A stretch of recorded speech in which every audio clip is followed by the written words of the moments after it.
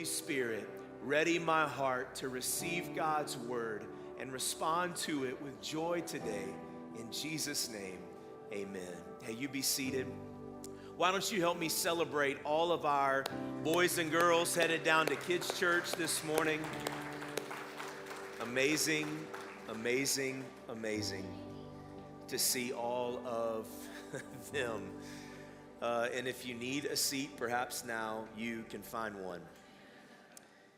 If you have a copy of the scriptures, and I hope you do, I want to invite you to open them up or turn them on and find your place in Galatians chapter 3 this morning.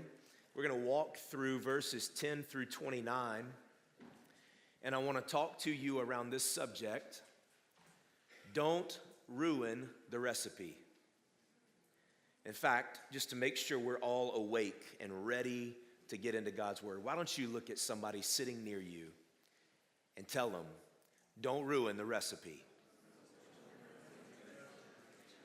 Now, if somebody said that to you, you might want to ask them after church why they looked at you and not somebody else. Maybe it's because they thought you were the most likely one to ruin the recipe. Have you ever been given something good, but you took something good and you used it in the wrong way, and all of a sudden the thing that was good wasn't so good anymore?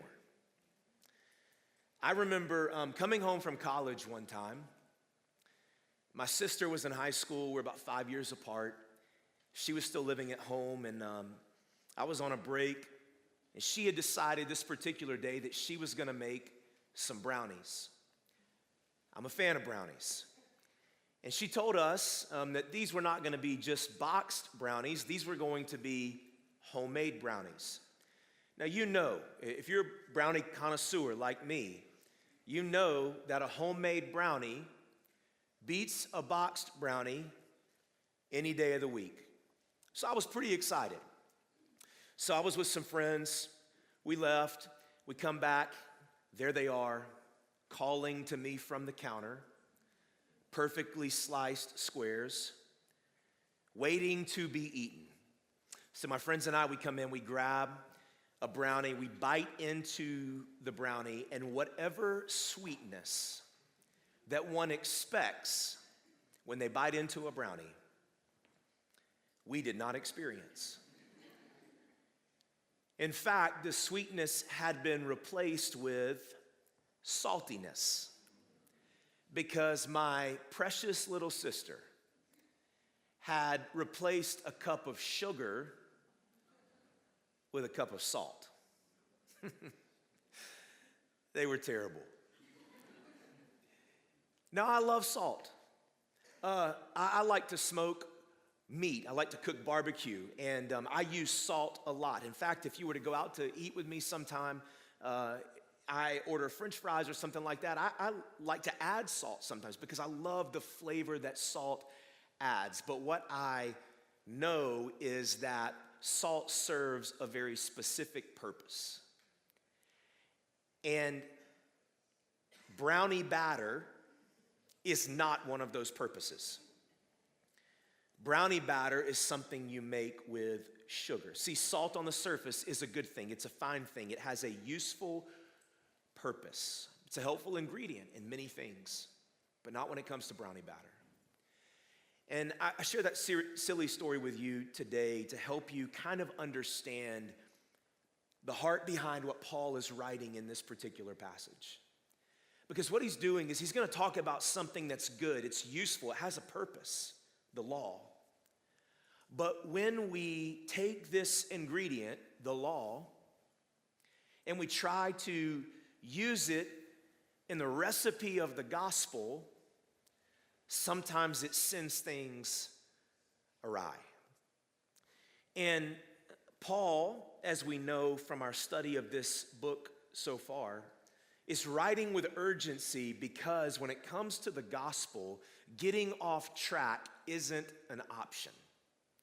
So he's pleading with these people, and in this particular passage, he's going to share with them what we might call the 4 essential ingredients when it comes to the recipe of the gospel.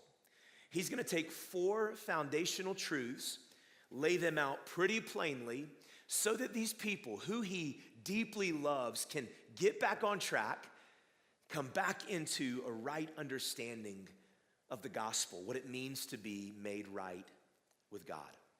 So what I want to do is I want to walk through the text with you today, portion by portion, and I want to point out to you these 4 essential ingredients in this recipe for being made right with God. Paul begins in verse 10. He says, "For all who rely on the works of the law are under a curse, because it is written, everyone who does not do everything written in the book of the law is cursed. Now it is clear that no one is justified before God by the law, because the righteous will live by faith. But the law is not based on faith. Instead, the one who does these things will live by them. Christ redeemed us from the curse of the law by becoming a curse for us. Because it is written, cursed is everyone who is hung on a tree. The purpose was that the blessing of Abraham would come to the Gentiles by Christ Jesus, so that we could receive the promised Spirit through faith." Let's pause there. The first truth that we find in this text, this portion of Paul's letter, is that contrary to what was being said in this region of the world called Galatia, truthfully, contrary to what we hear in our own culture still today, here it is, effort is not enough. Effort is not enough. Notice that in this portion of his letter, Paul does not attempt to soften the blow. He delivers it with clarity. He says, everyone who tries to earn their way to God by keeping the law isn't just misguided, they are, he says, cursed. When Paul says this, he's not being dramatic. He's actually quoting from Deuteronomy chapter 27. He's going back to the time when the law was first given. Back then, when Israel entered into the promised land, half of the tribes stood on one mountain to affirm the blessings that came from being obedient to God's law. The other tribe stood on another mountain, Mount Ebal, and they acknowledged the curses for disobedience. It was this powerful visual moment that Paul was taking them back to, where the law was read aloud by the Levites. Every time a blessing was named, the people on the first mountain would say, yes and amen. In other words, we agree, we accept the terms of this arrangement. And every time a curse was read by the Levites who were positioned in between these two mountains, those on the other mountain, Mount Ebal, would agree and affirm, yes, we accept the terms and conditions of this arrangement. And the Levites would go back and forth, blessing and curse, one mountain to the other. And finally, they would come to the last curse, which we read in Deuteronomy chapter 27 and verse 26. There it says, cursed is anyone who does not put the words of the law into practice. So what Paul's doing is he's using the scriptures, the Torah, to remind them what the law demands. The law, he says, does not ask for your best. The law does not reward effort. The law demands perfection. Now, this is where we start to feel some of the cultural friction, because our world tells us, just do your best. Try hard, mean well. Maybe you've heard this one before. If your heart's in the right place, that's what really matters. But this is really what we might call the participation trophy problem that most of us malign when it comes to things like youth sports or academic pursuits, right? It's when everybody gets a trophy or everybody gets a medal just for simply showing up. But a lot of us, if we're not careful, that's how we start to think about things spiritually. We start to believe that if we just give our best effort, that somehow, some way, that's going to be acceptable to God. And what's funny is when we see it in our culture, a lot of times we say, that's not how the real world works. But spiritually, so many of us are living like effort is enough. We think as long as I'm trying, as long as I'm sincere, God, surely He sees that and He's going to accept me for it. That's what was happening in Galatia. And it's why Paul was writing with such passion, because the moment you start to rely on your own effort, even just a little bit, as the means for securing your standing with God, you're choosing to place yourself under the whole weight of the law. Not just the blessings, but also the curses. And the law doesn't say, do your best. The law says, be perfect. Look again at what Paul writes in verse 10 as he quotes Deuteronomy chapter 27. He says, everyone who does not do, maybe circle or underline that next word, everyone who does not do everything written in the book of the law is cursed. And you say, well, no, that's just Paul's perspective. No, James reiterates that. James chapter 2 and verse 10. It says, for whoever keeps the entire law and yet stumbles, listen, at one point is guilty of breaking it all. That's the crushing weight of the law. It doesn't grade on a curve. It doesn't accept partial credit. There is no sliding scale. So if you are banking on the law to save you, then you must also accept the premise that even one sin is enough to condemn you. And a lot of us hear this, let's be honest, and our hearts start to push back against this truth, right? Because it feels so extreme. Never mess up, never fall short, one wrong move and I'm cursed? Yes. But before you dismiss that standard as unrealistic or unjust, consider this. If there really is a God and He is perfectly holy, without any error and just in all of His ways, then shouldn't His standard of righteousness mirror the makeup of His character? Paul's trying to help them see the law is so weighty, don't miss this, only because God is so holy. God is not being petty when He gives His law. He's not being harsh. He's being true to Himself. His law reflects His character, which is unmatched in purity, in righteousness, and in moral perfection. That's why the psalmist says in Psalm 145, verse 17, the Lord is righteous in all of His ways. And the Lord is faithful in all of His acts. The psalmist is ascribing to the Lord the glory that's due His name because of His holiness. That He never falls short. He never makes a mistake. That God is absolutely, perfectly without blemish or spot or sin. So yes, the standard that God sets is impossibly high because God is, for us, impossibly holy. And that would be crushing if the story ended in verse 12. If all we had were rules and expectations and the threat of a curse, but verse 13, it ought to bring us hope. Look again at your Bible. It says in verse 13, Christ redeemed us from the curse of the law by becoming a curse for us. Let that sink in for just a bit this morning. He's saying Jesus didn't just remove the curse. He didn't just wave a magic wand and make it go away. He didn't just forgive your attempts. The Bible says He became the curse. He took the full weight of our failure and He placed it upon Himself. Two passages that you probably, if you're part of the Grove Church, can recall hearing quite a bit. over the last little bit as we've studied this text because they're so rich in pointing us to this truth. Isaiah chapter 53 and verse 5. We're reminded by the prophet Isaiah that the Messiah, Jesus, the one that Paul's writing about, that he would be pierced because of our rebellion. Not his rebellion, our rebellion.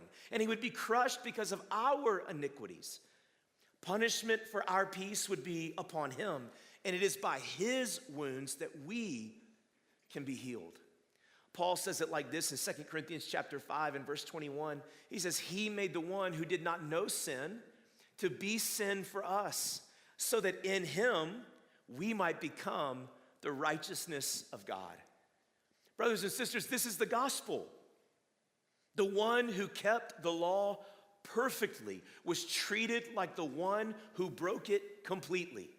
The one who never sinned bore the full penalty for those who couldn't stop sinning, you and me. That's why grace is so amazing. Not just because it's undeserved, but because it's completely upside down. And verse 14 really brings it home. Paul says the purpose of God doing this for us through his son Jesus was so that the blessing of Abraham would come to the Gentiles by Christ Jesus so that we could receive the promised Spirit through faith. In other words, Jesus didn't just remove the curse, he replaced it with blessing. He took your spiritual debt and he deposited his inheritance of righteousness. The Bible says he took your shame and he clothed you instead with his Spirit. So if the law can't save us, if effort and sincerity are not enough, then what was God's plan all along? Well, that's exactly where Paul goes next in verses 15 through 18. Look again at the scriptures. He says, brothers and sisters, I'm using a human illustration. No one sets aside or makes additions to a validated human will. Now, the promises were spoken to Abraham and to his seed. He does not say, and to seeds, as though referring to many, but referring to one, and to your seed, who is Christ. My point, Paul says, is this. The law, which came 430 years later, does not invalidate a covenant previously established by God and thus cancel the promise. For if the inheritance is based on the law, it is no longer based on the promise. But God has graciously given it to Abraham through the promise. So the first thing Paul points out to these people is, hey, get it, understand it. Effort is not enough. But the second thing he wants them to see, this essential ingredient in getting the gospel right, is understanding the truth that the promise takes priority. The promise comes first. He's reminding them of something foundational, that before there was ever a law, there was a promise. Before Mount Sinai, there was Abraham. Before commandments, there was a covenant. And God didn't build his saving plan on the basis of human performance. He built it on the foundation of his own faithfulness. In fact, Paul makes the case here using something that everyone probably in this room would understand, a legal will. Verse 15, he says, no one sets aside or adds to a validated human will. In other words, once a will is ratified, you don't change the terms. You can't show up after the fact and rewrite the conditions. But that's exactly what the false teachers were trying to do in Galatia. They were retroactively trying to add the law into the covenant that was already made complete. But Paul says you can't do that. God's promise to Abraham wasn't law-based, it was grace-based. It wasn't a contract with conditions, it was a covenant of blessing that was rooted in faith. And here's what's beautiful. Paul goes even deeper. He points out something subtle, but I believe to be profound. Verse 16, he says the promises were spoken to Abraham and to his seed, not seeds, but seed who is Christ. This is Paul saying all the way back in Genesis, even from the very beginning, this whole thing, it was all about Jesus. God wasn't just promising land or descendants or blessings. Paul's saying when God spoke this promise to Abraham, he was promising a Savior. The law came 430 years later. And Paul says that timeline alone should settle the argument. If righteousness came through the law, then God would have given the law first. But he didn't. He gave the promise first, which means the law was never meant to replace the promise. It was always meant to point us to the promise keeper. So Paul's message is clear. He's saying you've been trying to live like the law is the foundation of your faith, but the promise takes priority. The foundation has always been grace. It has always been Jesus, and it's always been about what God has done, not what you can do. I know some of you haven't stopped thinking about brownies. So let's go back to it. Salt is good. Paul says the law is good, but you can't substitute salt for sugar and get brownies. And you can't substitute the law for grace and get salvation. When you swap the main ingredient, you can't expect the same outcome. But that's what the Galatians had done.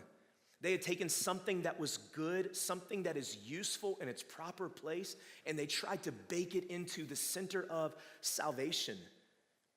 But that's not what the law was given for. It wasn't meant to be the foundation. It was never meant to replace the promise. It was meant to complement the promise, not compete with the promise. And if you get the ingredients out of order, spiritually speaking, if you make the guide, the law, the goal, if you try to sweeten the gospel with human effort, you don't just distort the message, you lose the flavor of God's grace. And that's what Paul's fighting for in these verses. He's saying, quit trying to rewrite the recipe. Stop trying to add ingredients to your salvation. Grace was always the plan. Christ was always the promise. And the law, when understood rightly, only makes that sweeter. So, now that Paul has made it clear that the law isn't the foundation of our salvation, the natural question becomes, so why did God give the law at all? Like, if it's not required for us to be saved, then why would God give it in the first place? And that's the third thing that he's going to address in this text. Look at verse 19. Paul asks the question, why then was the law given? And now he answers it. It was added for the sake of transgressions until the seed to whom the promise was made would come. In other words, the law wasn't given as a means of salvation, but instead to reveal the need for salvation.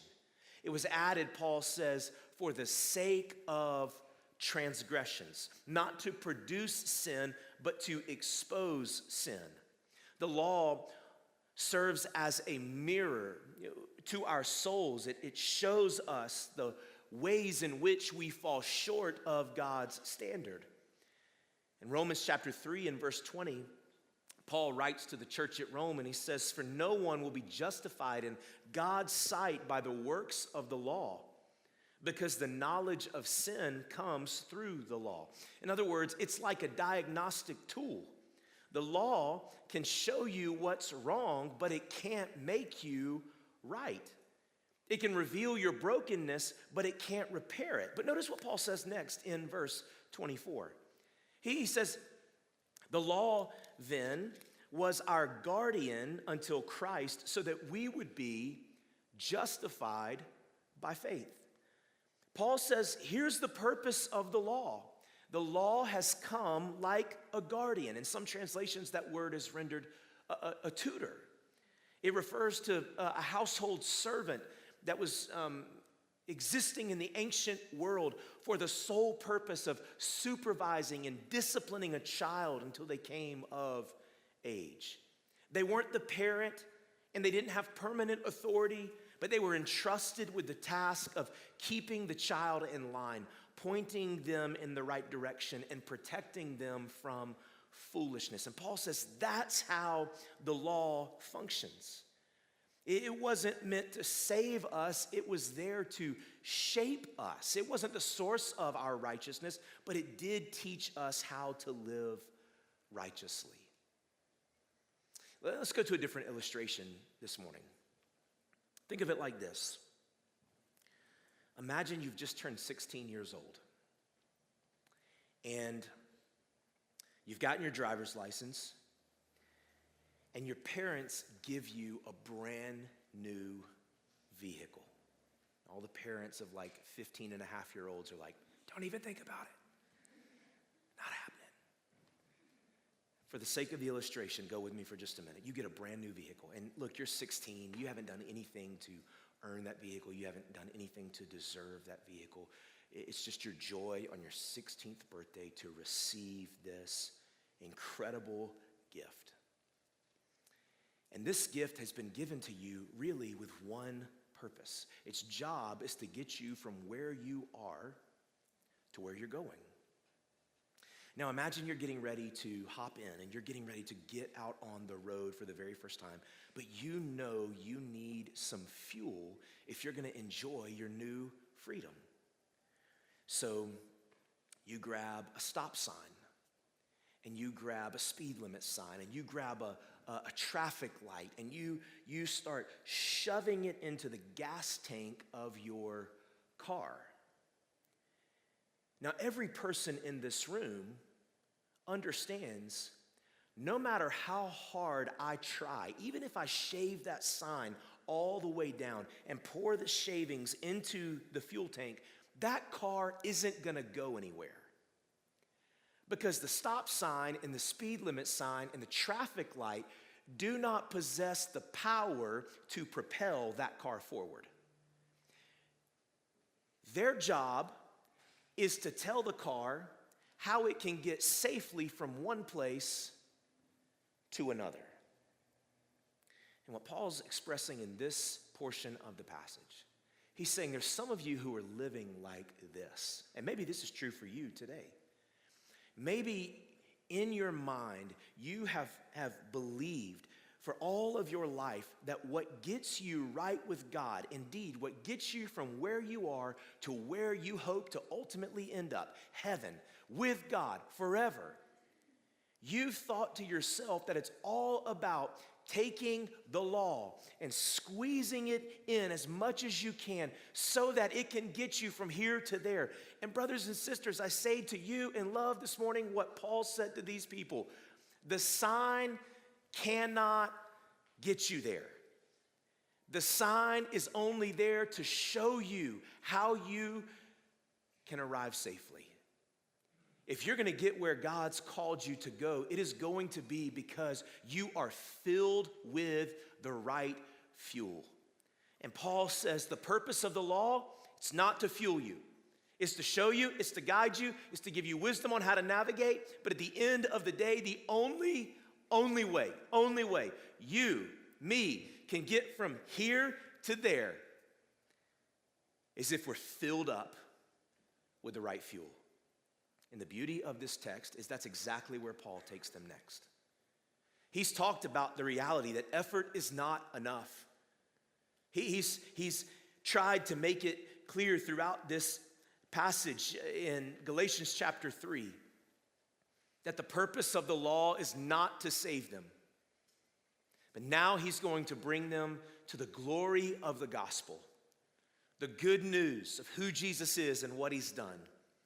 And he says in verse 27, for those of you who were baptized into Christ have been clothed with Christ. Paul closes this section of his letter by lifting our eyes from the law and setting them on Christ. He's saying that Christ is not just the promise, he is the power. He is the person in whom we now find our identity and our purpose and our meaning. He is the one who propels us forward, who carries us from where we are to an eternity at peace with God.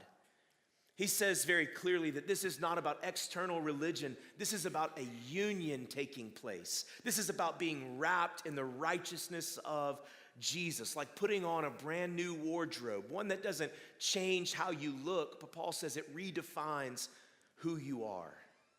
How does this change take place? Well, the Bible teaches that the Spirit of Christ now dwells in us when we believe. We are filled with the Spirit who helps us, the Bible says, even in our weakness, to walk as Christ did. And the same Spirit who strengthens us to walk also strengthens us to work. But this work isn't me earning my salvation, it's me enjoying my salvation. Jesus said, the blessing is not just in knowing what to do. That's the law. The law tells us what to do, what not to do, how we can navigate this life wisely in a way that's honoring to God. But the joy isn't just in knowing it. The joy, Jesus says, is in doing it. Blessed are you if you obey these things. But brothers and sisters, the Bible teaches that you and I, in our own strength, and our biblical ancestors show us this, we have always been unable to enjoy the blessing because we've known it, but we've never been able to do it. And this is the glory of the gospel, that when we, by faith, by grace and through faith, trust Jesus for the forgiveness of our sins, we are filled with the Spirit, the fuel of God's grace, which empowers us for the first time in our lives, not just to know it, but to be able to do it. And in doing it, enjoy all of the blessings that come from being made right with God. Paul writes in Philippians chapter 4 and verse 13, I can do all things through Christ who strengthens me. How does Christ strengthen us? By virtue of his Spirit who comes to dwell inside of us when we turn from our sins and place our trust in him. And when this happens, something amazing begins to take shape. Paul says it's unlike anything else in the world because it's irrespective of who you were before Christ. He says in this passage, there is no Jew or Greek. It's not slave or free, male and female. He says now, oh, this is incredible news. Now you are all one in Christ Jesus. Paul says the other glory of the gospel is not just that you are filled with the Spirit. That in itself would be more than we ever deserved. But Paul says a second glory of the gospel is that you are brought into the family of God. And you are beautifully united to brothers and sisters who you may share nothing in common with but Jesus. And that one thing you have in common is strong enough to knit your hearts together in love such that you begin to make a tangible difference together in the world around you. In a world that's divided, that's constantly bickering and fighting, imagine the power of this testimony of a group of people who have no reason to be together, but have been brought together by the love of God poured out into their hearts through the Holy Spirit. This is the glory of the gospel. This is what the gospel creates in people. And this is why Paul is arguing so urgently for them to return to the gospel. Because when we depart from the gospel, when we let our hearts believe a distorted gospel, our witness to the world falls apart. Instead of being united around the person and the work of Jesus, we find ourselves bickering and divided and angry at one another for cultural differences or preferences that we might not agree on. And we spend our days digging in our heels, fighting for things that in the grand scheme of things don't really matter. Paul says this is why the gospel is so important.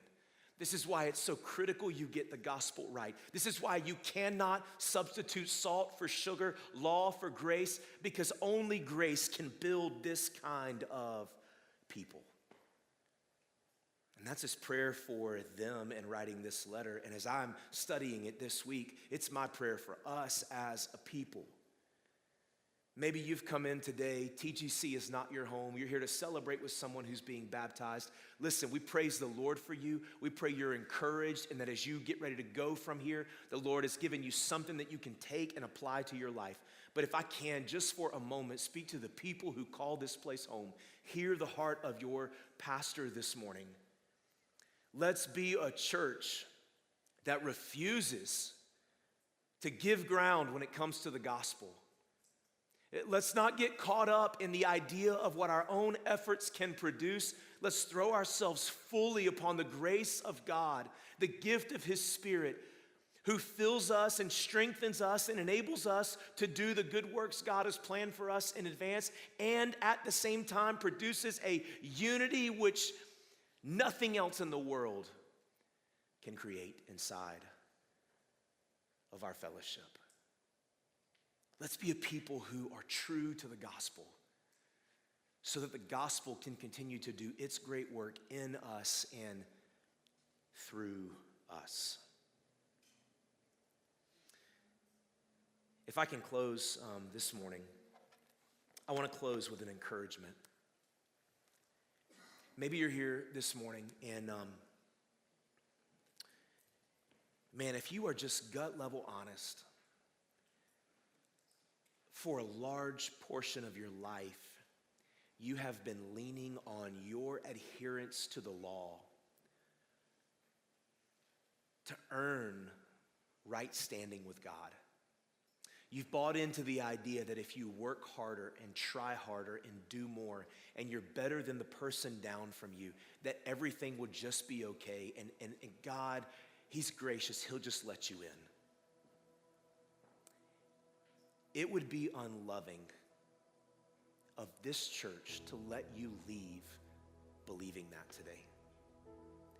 So I just beg you, don't take my word for it. Go back to the gospel. Go back to God's word. What does the word say? The word says that you and I can't be justified by the works of the law. The word says that our best efforts, come on, hear me this morning, our best efforts, not our worst efforts, not the secret things, not the stuff we try to hide and suppress.